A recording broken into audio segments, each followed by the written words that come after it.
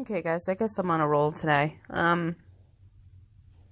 I just came across, I'm not a big WWE fan. I was when I was a kid, but I'm not too into it now to really follow what was going on.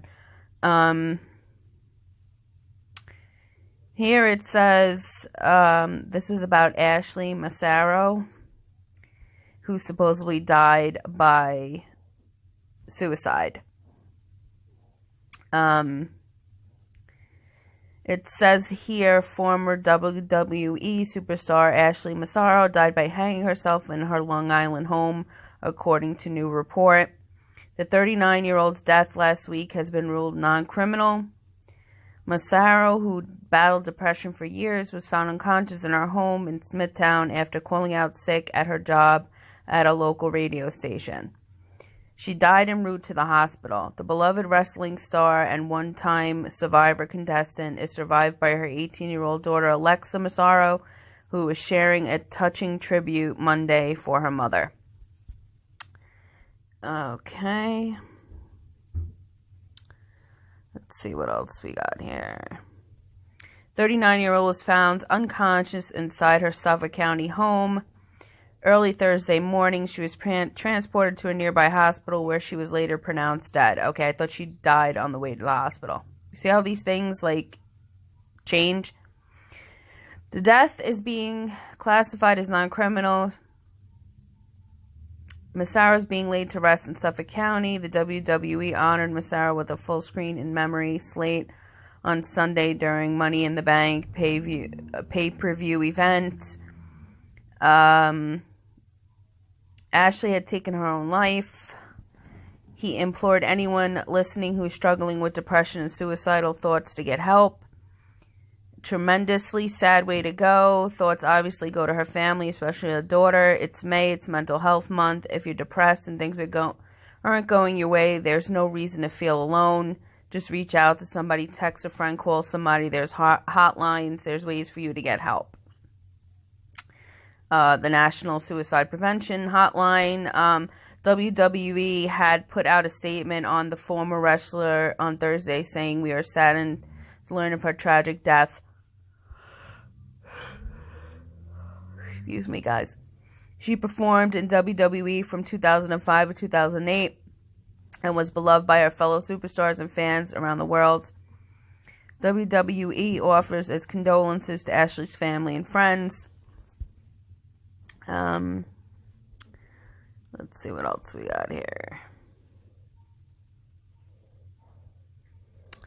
And of course, we have all the conspiracy theories on that, she was a sacrifice, all the dates adding up, masonry, numbers, and numerology, and significant times were brought up, which in the entertainment industry I would assume would come up, because if you know anything about the entertainment industry, you'd know that these people are full of shit, and most of the time they either overdose or they're in a car crash or they kill themselves. But that's not the case. That's just the way they make everything look. It says here, Ashley Massaro may have held WWE responsible at one time for her alleged injuries and depression she was experiencing, but the wrestling organization claims she tried to make amends months before her untimely death. WWE tells The Blast long after Ashley Massaro filed an affidavit, which WWE only learned of the contents after she passed away. How convenient. Ashley sent an email to WWE on October 20th, 2018, and that's 10 and 20, which is 30, and that would be a 3. Approximately 1 month after the court dismissed all claims against WWE and sanctioned the lawyer who brought the suit against WWE, Constantine Kryos, for repeated misconduct, including pursuing false allegations. Vince McMahon company provided some excerpts of the email to us in which Massaro allegedly wrote, "I love WWE. You are all my family. The whole time I was there," and claimed the lawsuit got out of control very fast and I had been roped in by lawyer representing others. Roped in. Now, if that's not... I'm sorry. I can't even... That was even wrote... do you see what I mean, guys? If you pay attention to little clues and things that are written after somebody's death or supposable suicide, there's always something thrown in there for those who are aware of the world and how it works. Will pick up, okay? So once again, the lawsuit got out of control very fast and I had been roped in by the lawyer representing the others, and she just so happened to hang herself with a rope. Okay. WWE says Massaro apologized for taking part in class action lawsuit and allegedly admitted she knew it was a bad idea but was convinced by the lawyer, and I want to acknowledge that I should have contacted you guys before agreeing to be involved. I was basically poached. Now another word, poached. What is poaching? Shall I look up the actual definition of poaching? Hold on a second. Here we go.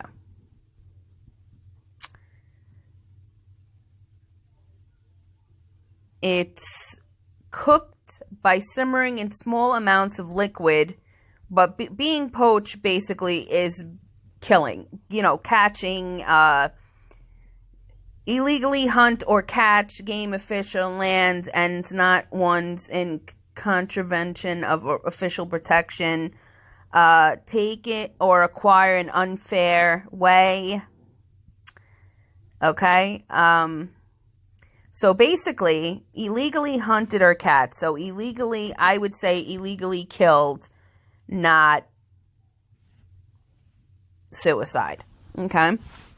There's another little word that throws me right into what I was just saying. I think it's very interesting when you take the time to read through these things, you'll find, okay, little words like that, and they'll jump out at you. Like I said, especially if you are aware of things and you have learned about this kind of stuff, you'll pick it up. It'll just like jump right at you, like it does when I'm reading things. A lot of other people would probably say, what do you call? That doesn't mean, they wouldn't even see those words, but I see them. It says here, days after she died suddenly, I guess this was before they knew, her legal team alleges that she may have had chronic traumatic encephalopathy, CTE, a degenerative brain disease that is linked to head trauma. Massaro, who died in an apparent suicide, had long suffered from depression and had alleged that injuries she sustained during wrestling career exacerbated her condition. 2006, Massaro and 60 other former pro wrestlers sued WWE, claiming that they had suffered neurological injuries in the ring. After a federal judge dismissed the case, the plaintiffs filed an appeal, which is still ongoing. Okay, now, when you become a wrestler and you're in the WWE, of course you're going to have head injuries. Of course you're going to hit your head. Of course you're going to be thrown on your head, on your body. Your body's going to take a beating. That's what being a wrestler is. That you're performing, you're making believe you're not hurt, but you really are. So I don't understand how you can sue for that when that's part of your job description. Massaro claimed that she had sustained multiple concussions during her 4-year stint with WWE. She alleged that WWE did not treat her injuries correctly. Okay, if she felt like they didn't treat her injuries correctly, then why didn't she go to her own doctor and get treated for these injuries? Okay? Which makes no sense to me, once again. And she wants to donate her brain, her lawyer told the paper, adding that her family was a little upset about the idea of donating an organ. CTE cannot be diagnosed in living subjects. It's only found during autopsy. Several NFL players, including Aaron Hernandez and Junior Seau, were diagnosed with the disease after committing suicide. Oh, they all committed suicide. All people who have CTE committed suicide? There's another clue. Last Wednesday, a day before her death, Massaro tweeted that she had just responded to a ton of fan mail, so you guys should be receiving them soon. Authorities were called to the wrestler's home in Suffolk County on the following day. She was transported to a nearby hospital where she died on Thursday morning. Remember, first it said she died on the way there. Then it said she died sometime after she got there. An autopsy will be performed to determine the cause of death, which we know now is supposedly by hanging. So, let's see.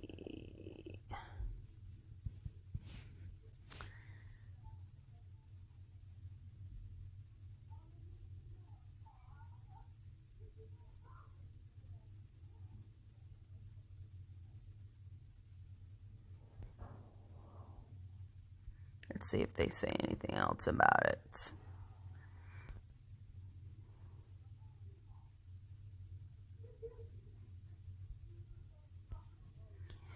See, when you have a history of depression or anything like that, it's very easy to say somebody committed suicide, because right away they'll be like, oh yeah, she suffered from depression and she had this and that, and everybody goes right along with the suicide thing because supposedly, she suffered from depression. But just because people suffer from depression doesn't mean they want to kill themselves all the time. Okay? I'm just going to let you know that now. I suffer from depression and I rarely think about killing myself, if I've ever thought about it. So I don't know why they put those two things together like it's just supposed to be together. Suicide and depression. Massaro died by hanging herself. She was found unconscious inside her home early Thursday morning. The report said, it's not saying by whom. Massaro's death has been ruled not criminal, of course. Let's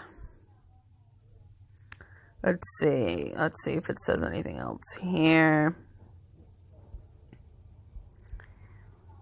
With her responding to her Twitter people, she seemed like she was in pretty good spirits. She didn't sound like she was too depressed or in any distress that she wanted to die. Here it's saying that they claim she hung herself after claiming wrestling concussions made her spiral into depression. Okay. So here they're saying that the concussion that all the concussions and head injuries she sustained made her depression worse. And here it says transported to the nearby hospital and pronounced dead. Okay. So I don't know if she died on the way or she died when she got there. Whatever. They're all saying something different here.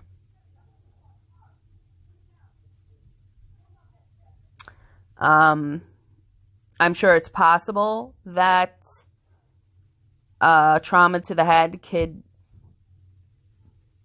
bring more depression on. I'm not too sure about that. I would have to do some research on that. Then it said after an apparent suicide on Thursday came 8 months after a dismissal of the lawsuit that she claimed the head injury sustained during her wrestling career made her depression worse. Upon news of her death, WWE, they did their whole honorary thing, blah, blah, blah. Of course, they did it during a pay-per-view event so that, everybody saw it. She posed for Playboy, which doesn't surprise me. That's a very Masonic, involved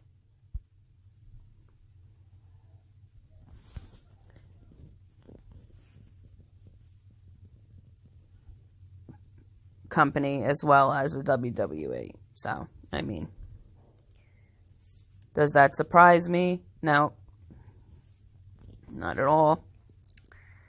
Now, I know some of you guys are not educated on the Masons and numerology and how numbers play into and dates and names and all of that. So I'm just trying to explain, how I'm reading this and how I'm seeing it. Let's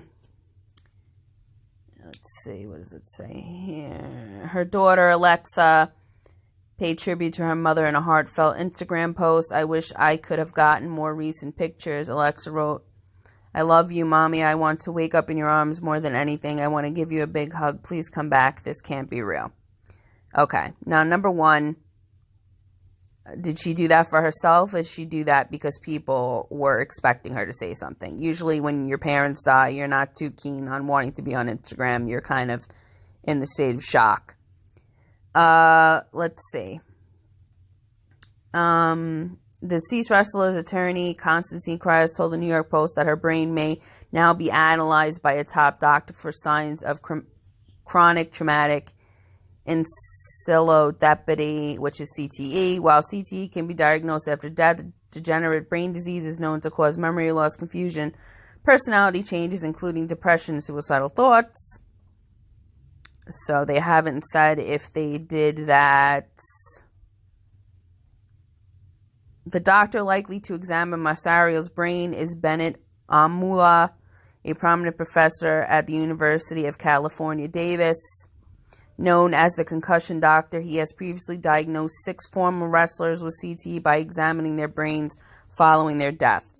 Okay, so now the CTE thing seems to be a normal finding after football players and wrestlers' deaths, okay? Which could be another conspiracy in that. I'm just looking to see if there's anything else here.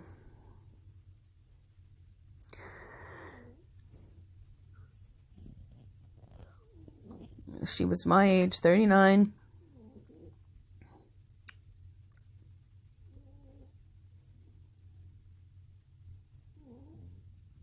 And people are saying she was the happiest I've seen her in years. So people were that people still cared about her 11 years after her career was over.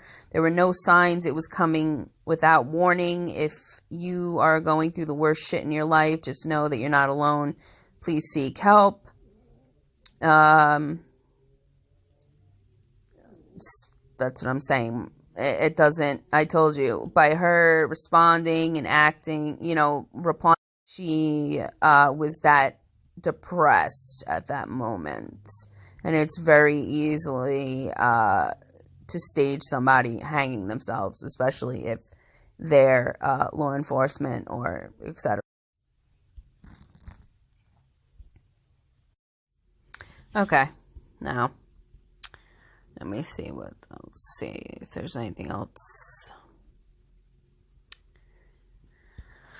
I don't know, guys. Like most celebrity deaths, I'm always very what's the word?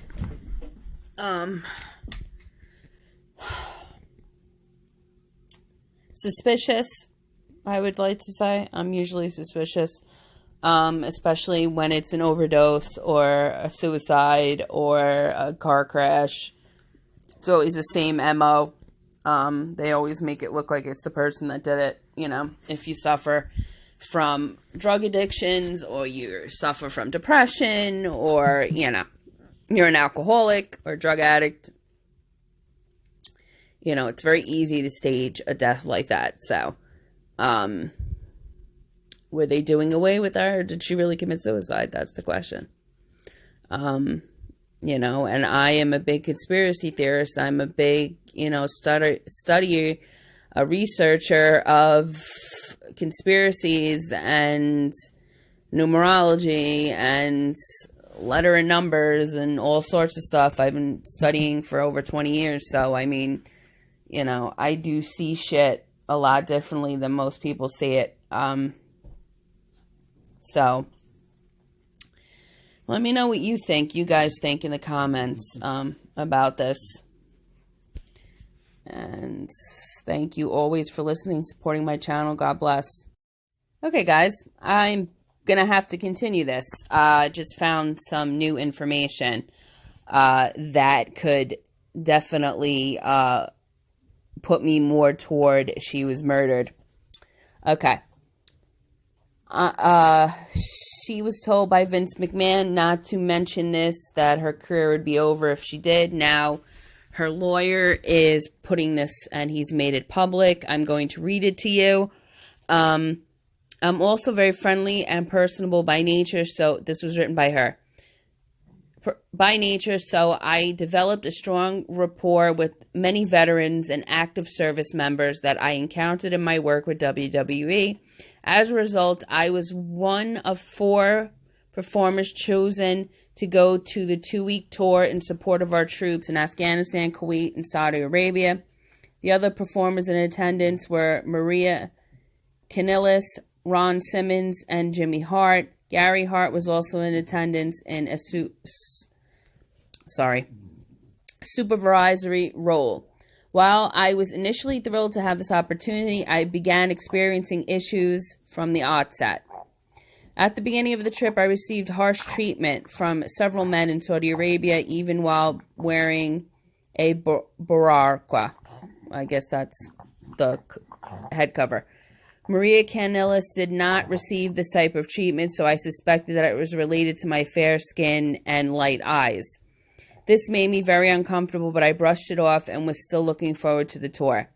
Then after we had arrived in Kuwait, I began to suffer from menstrual cramps. I had asked to rest in the Humvee, which was air-conditioned, during a break, and the U.S. soldier insisted I was suffering from dehydration, notified Gary, and insisted on taking me to a nearby military base in Kuwait. I was told at the base that I needed an IV for dehydration. I protested, but they insisted that I needed it, and it was very common due to the hot weather.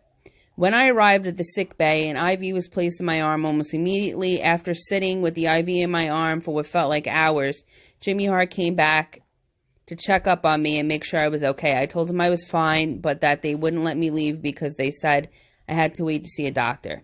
Jimmy said he and the rest of the group were going to get lunch and left. A couple of hours went by, and a man appeared in the sickbay dressed in an orange t-shirt and cargo shorts, and I had heard others comment that it was his birthday. He represented himself as a U.S. Army doctor, but I observed that all the other doctors at the facility had been wearing scrubs, so I do not know whether this is true. He was with a woman who was dressed in full military fatigues. While I was still in the sickbay, he approached me and almost immediately administered an IV of an unknown substance in my other arm. Okay? Immediately after, the alleged doctor and the woman in fatigues moved me into a room that did not appear to be a treatment room and placed me on a table. The woman guarded the door while the man proceeded to inject me with a drug that caused me to be unable to move my body or to scream. The man then proceeded to violently rape and sodomize me. I was completely helpless to defend myself against this attack, as the drug he injected rendered me temporarily paralyzed. Despite being unable to control my movements, I remained fully conscious for every second of the attack. I felt excruciating pain as a result of this man penetrating me by force and against my will in a violent and aggressive manner. While I was completely defenseless, each second that went by was excruciating, and I've never felt more helpless or been more terrified in my life. The experience was a living nightmare. I do not know exactly how long this went on for, but it felt like eternity. The suffering I endured far surpassed all the injuries I have ever suffered in the ring put together. I was experiencing not only severe physical pain, but severe emotional and psychological trauma. I've always considered myself to be a fighter and a survivor, so I can't even find the words to describe what I felt like to be thrown on a table and stripped and then brutalized in the worst possible way that one human being capable of brutalizing another. All while being unable to move or speak, in addition to the pain and terror, I felt almost dehumanized and was extremely disturbed by the feeling that I was somehow given to this man as some type of sick birthday present. And it also made me sick that the female soldier willingly guarded the door for him while he raped me without blinking an eye. Finally, Gary returned and was banging on the door. The man and woman yelled 1 minute, and they threw a dirty quilt on me as I was lying naked on the table. And when Gary entered the room, he attempted to ask them what was going on, but they immediately stormed out. At the time, my body was still limp, my speech impaired, so Gary wrapped me in a quilt and carried me out to the Humvee outside to take me back to my hotel room and then put me in bed, as I needed to sleep. Gary said to call when I woke up, and that he or one of the others we were traveling with would come back to get me. 3 hours later, I woke up suddenly, jumped out of bed, and had regained ability to move and speak. My mind, however, could barely process the fact that I had been drugged and violently, brutally raped and sodomized repeatedly by a man who was celebrating his birthday and claimed to be a U.S. Army doctor. I also felt a sense of abandonment and wished someone had just stayed with me at the base, as this would likely have never happened had I not been there alone. Shortly after I woke, Maria appeared in my hotel room. She had heard from Gary that when he picked me up from the base, my body was limp, my speech was impaired. I explained that I had been injected with IV in an unknown substance, which left me unable to move, scream, and then was sexually assaulted. She was very sympathetic and nice when I told her what had happened. She then relayed the information to Jimmy, Ron, and Gary. I then met with the rest of the group.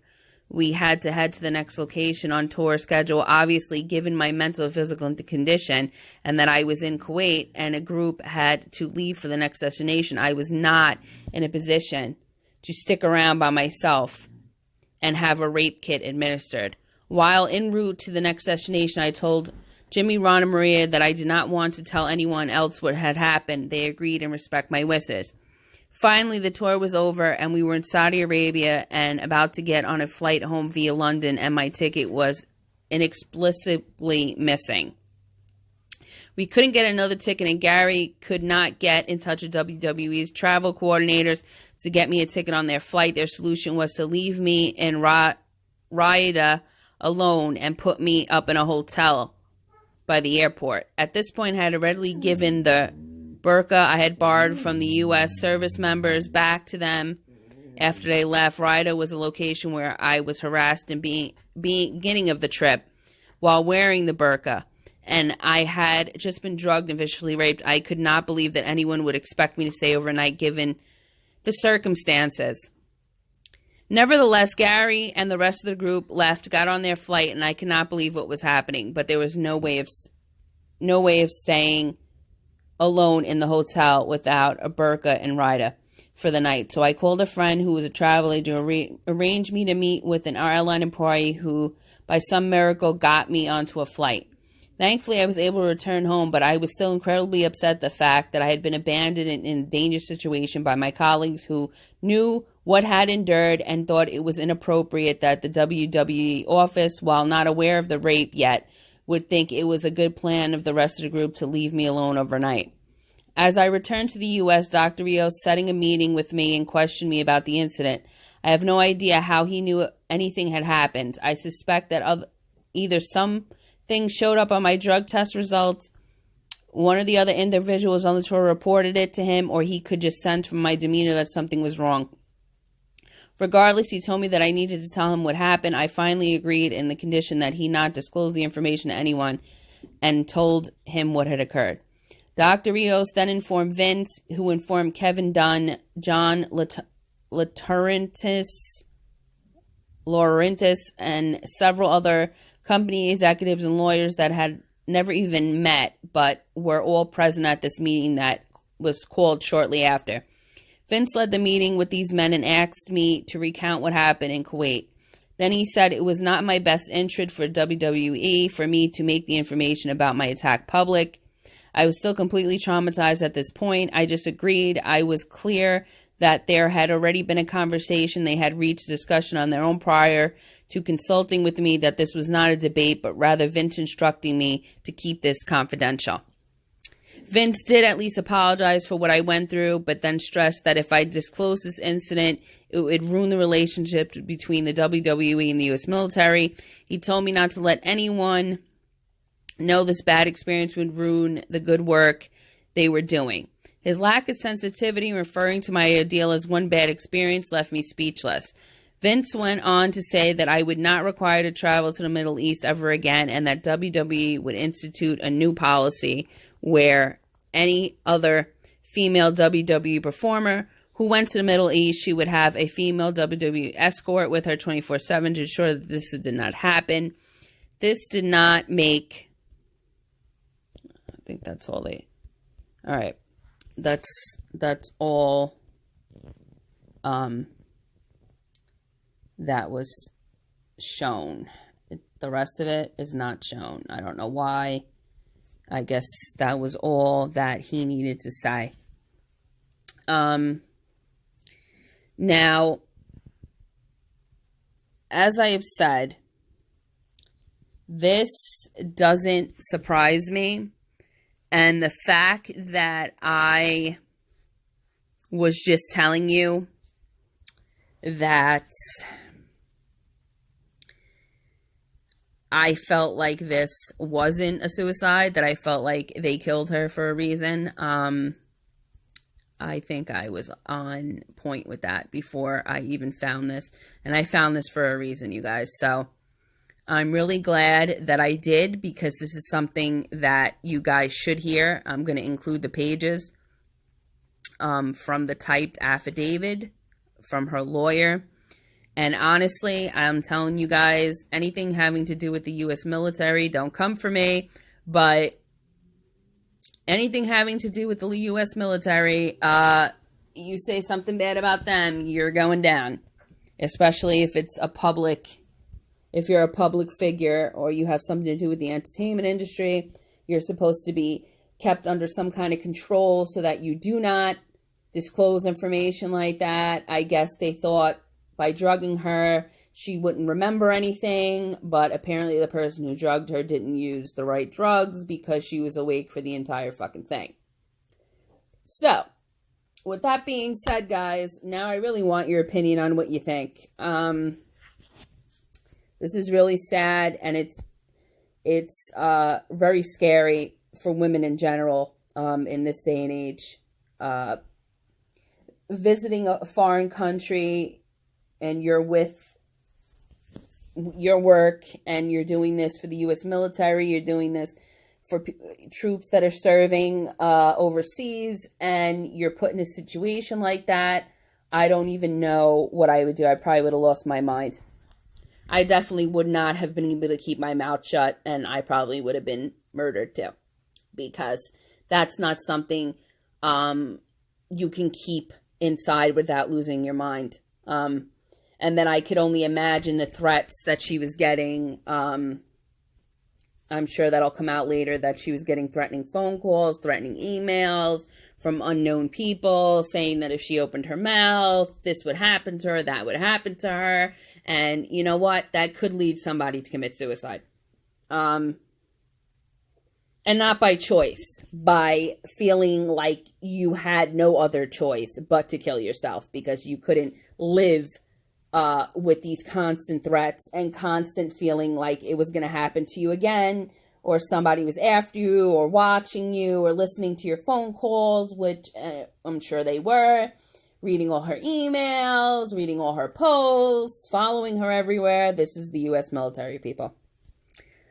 And I'm going to leave it at that because I'm already at 35 minutes, and I know you guys, you know, when it's too long, you guys get frustrated. But this is really breaking news to me because I just read that with you guys for the first time. So, if you guys are interested in me breaking this down any more, I'd be happy to. But I'm going to leave it at this.